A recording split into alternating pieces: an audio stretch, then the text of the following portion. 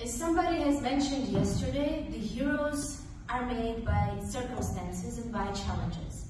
This is why I will speak about Salome Mgeladze of Georgia, based on 3 major challenges and catastrophes that we have faced, challenges that we have faced throughout these 3 years. When the pandemic started, which translated disinformation into death directly, she dedicated one of her TV show editions to disinformation, which she had on one of our nationwide broadcasters.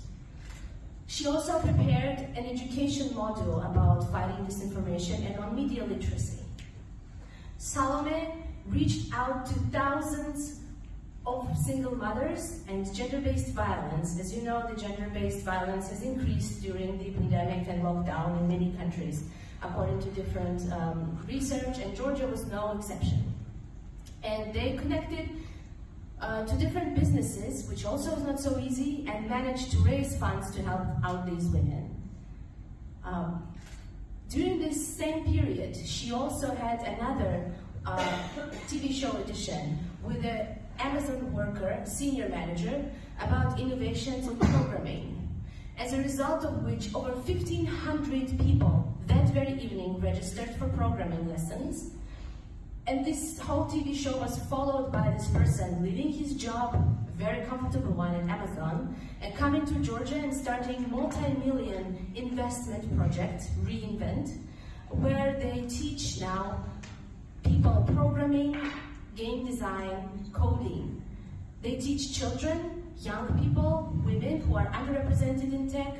They are teaching those in penitentiary institutions, in total institutions for which they work with the government representatives, all different party representatives, and countering polarization by this. As the full-fledged war started against Ukraine, she also could not stay out of touch and careless, let's say. Salome reached to many Ukrainian refugees and helped their children to be placed in kindergartens and other necessary find jobs and schools and all of that. She continued fighting disinformation also as the EU integration got even closer to Georgia and to the whole associated trio. She's, as a German Marshall Foundation alumni network member, she spoke with all the European Parliament members about Georgia's EU integration and the importance of it, and she continued pushing for this over and over again. And finally, I had a little prejudice when she joined our network and she was about to become ambassador in 2021.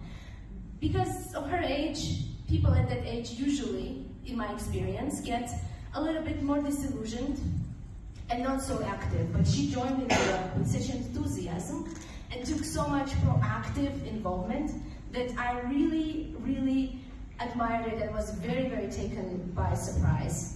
That she got involved in almost every Eden event alongside her job and alongside the fact that they're gonna teach 500,000 Georgians these coding and high-tech skills. She was involved in Influencers for Democracy video production. She helped through her German Marshall Foundation to do the political twinning program for Eden members. She was involved in drafting the Eden Charter and also the alumni program document, to name just the very least. And not to mention that she was always present with all the country chapter activities and all other little or big international activities around this network. I was, again, very much surprised and very much glad that we have such an ambassador.